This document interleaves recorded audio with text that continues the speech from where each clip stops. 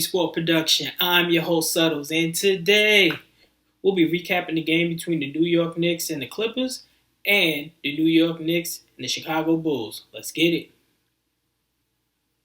Ah, this team, man, this team.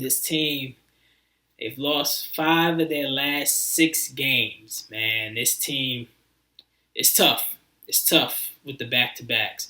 The New York Knicks lost to the Los Angeles Clippers 129 to 115.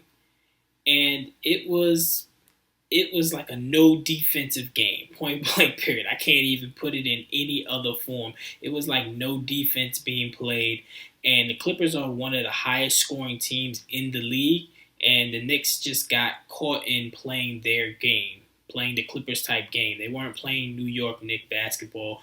Talk about defensive minded basketball, low scoring. That's not what that game was. It was all offense throughout the whole time, and we really lost the game in the third quarter. The third quarter, the Clippers just got hot. I believe they only missed about 3 shots throughout the whole quarter, and that's when they really took control of the game.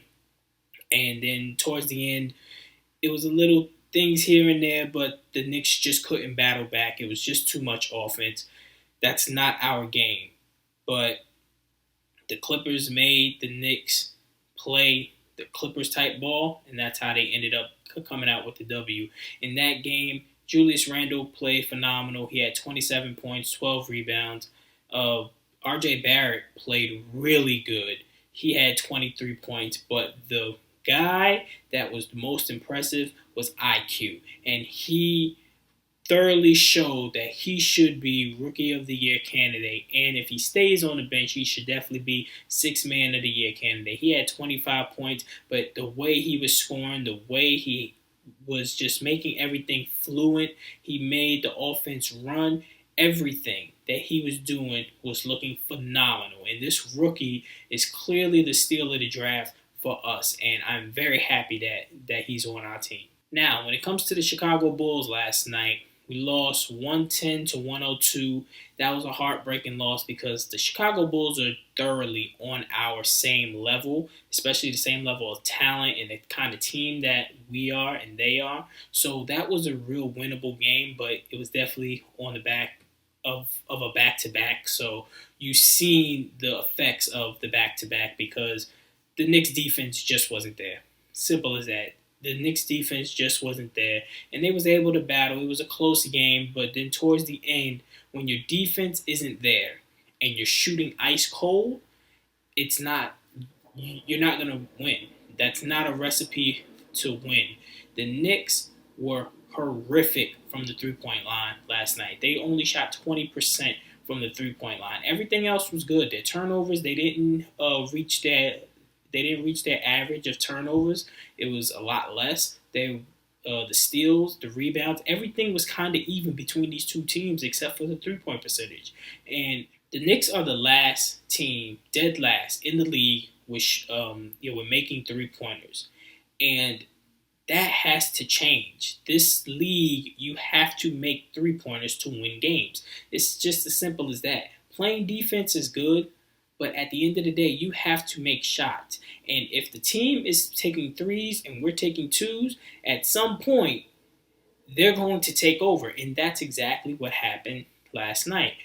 And when we look at it, Julius Randle and the marketing matchup, they were going back and forth with each other, but I can't blame Julius Randle on this one because he was balling out and he kept on kicking it out, just looking for somebody to catch fire and start hitting, and nobody was hitting from the three-point line, and it was just so frustrating. But RJ Barrett, he didn't have a good game. This is the thing that I'm talking about with RJ. He'll go on a good 3-4 game a streak where he's scoring 20, he's looking real good, and then he's dropping down to single digits. This is what we need from RJ, is just the consistency. Now, we got the consistency on an overall basis with his defense, his rebounding, his energy, his tenacity. But when it comes to the offensive end, we need that to be a consistent thing for RJ if he wants to be the star of this team. IQ definitely impressed again. He had 16 points, and he was just looking good. Everything that this kid does, I cannot rave about him more than I am. I mean, I really do think that he's in the running with LaMelo Ball for Rookie of the Year, because he just looks so beyond his years. And it's just so great to see that the Knicks has actually hit on a draft pick, on a later round draft pick. Like, not one of these top 10 guys that you thought that was going to be really good, but actually hit on a late round first rounder. It's phenomenal. It's good to see. Now, throughout this season, it's going to be some roller coasters, going to be up and downs, but to see our young core grow, that's what this season is going to be mostly about. And this has been a Subtles recap for Easy 3 Sport Production. Don't forget to like, comment, subscribe, and also share the video. Sharing is caring. Help the channel grow. Until next time, I'm out.